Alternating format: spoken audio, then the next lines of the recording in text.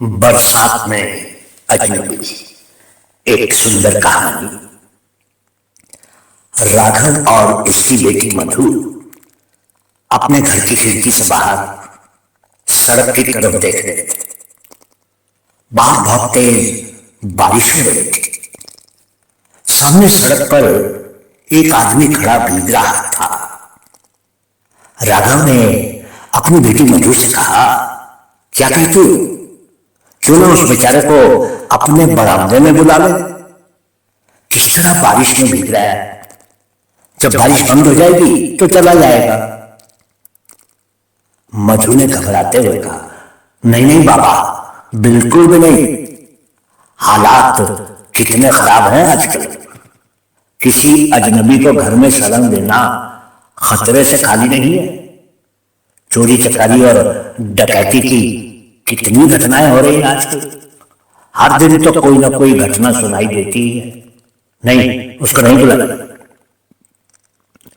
राघव ने शून्य नजरों से बेटी की तरफ देखकर कहा, बेटी, हमारे इस गरीब घर में चोरी के लिए क्या है?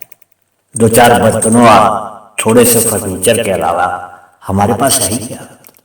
चोर भी यहाँ चोरी के इरादे से आकर निराशी हो जाएगा।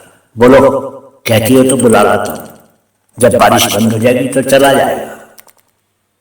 कहने के साथ ही राघव ने दरवाजा खोला और दूर से ही सड़क पर भीग रहे उस अजनबी से कहा, अरे भाई, अंदर आ जाओ कुछ देर के लिए।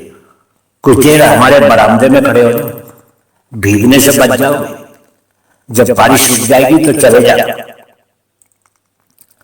वह अजनबी दौड़ता हुआ बरामदे में आकर खड़ा हो गया। राघव ने बेटी को आवाज लगाकर कहा, मधु, इसको कोई सूखा कपड़ा ले दो, शरीर पहुंच लेगा। ये पूरी तरह भीग गया है। मधु ने अंदर से जवाब दिया, बाबा, अभी लाती हूं तौलिया। मधु ने एक तौलिया लाकर उस अजनबी को दे दिया। वो अपने भीगे हुए सर और चेहरे को पोंछने लगा। उस अजनबी ने एक नजर उस छोटे से गरीब घर को भी देखा।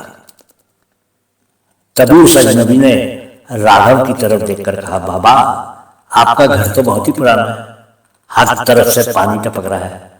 आप लोग किस तरह से रह लेते हैं इस घर में? और कौन कौन रहता है आपके इस घर में? राघव ने गुस्से से कहा, क्यों भाई, तुम ये सब क्यों जानना चाहते हो? तुम्हारे हमारे घर में चोरी करने का इरादा तो नहीं है? इससे पहले कि वो अजनबी कुछ और कहता, राघव ने फिर कहा, मैं तुमको पहले ही बता देता हूं कि इस घर में मैं और मेरी बेटी ही रहती है, और हमारे घर में कुछ बर्तनों और थोड़े से फर्नीचर के सिवा और कुछ भी नहीं है। हम बहुत ही गरीब हैं। मैं मजदूरी करता हूं और किसी तरह से अपना और अपनी बेटी का पेट भरता हूं। अगर तुम्हारा चोरी करने का इरादा है तो तुमको कुछ भी नहीं मिलेगा। उस अजनबी ने कहा, आप ये कैसी बात कर रहे हैं बाबा? आप गरीब कहाँ हैं? आपके पास तो एक बहुत ही कीमती हीरा है इस घर में।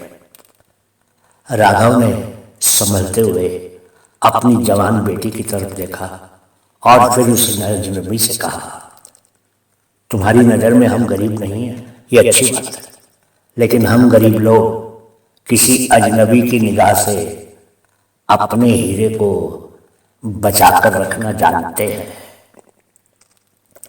कहने को तो राघव ने कह दिया था, लेकिन वो अंदर तक बुरी तरह से डर गया था। कुछ देर के बाद जब बारिश रुकी और वो अजनबी चला गया तो बाप बेटी ने राहत की सांस ली। अब राघव को एक नई चिंता ने घेर लिया।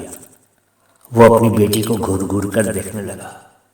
उसको उस दिन तक आभास ही नहीं हुआ था कि उसकी बेटी जवान हो गई थी और अब शादी के योग्य हो गई थी। धन्यवाद।